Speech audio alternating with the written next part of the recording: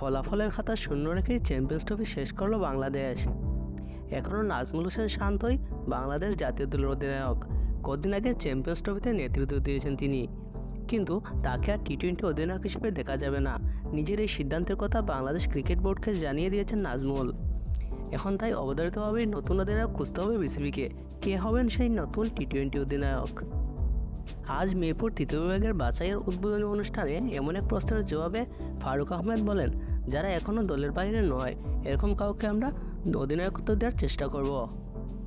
সাম্প্রতিক সময়ে টি-20তে অধিনায়কত্ব করা ক্রিকেটার লিটন দাস গত বছর ওয়েস্ট ইন্ডিজের বিপক্ষে 3 টি-20তে নেতৃত্ব দেন তিনি।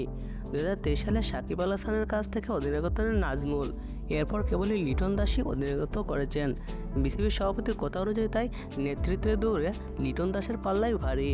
টি-20তে বাংলাদেশের অধিনায়ক কে হবে তার সময় বলে দেবে, কিন্তু আপাতত লিটন কুমার দাস ছাড়া বিসিবির হাতে টি-20র অধিনায়ক আছে বলে মনে হচ্ছে না।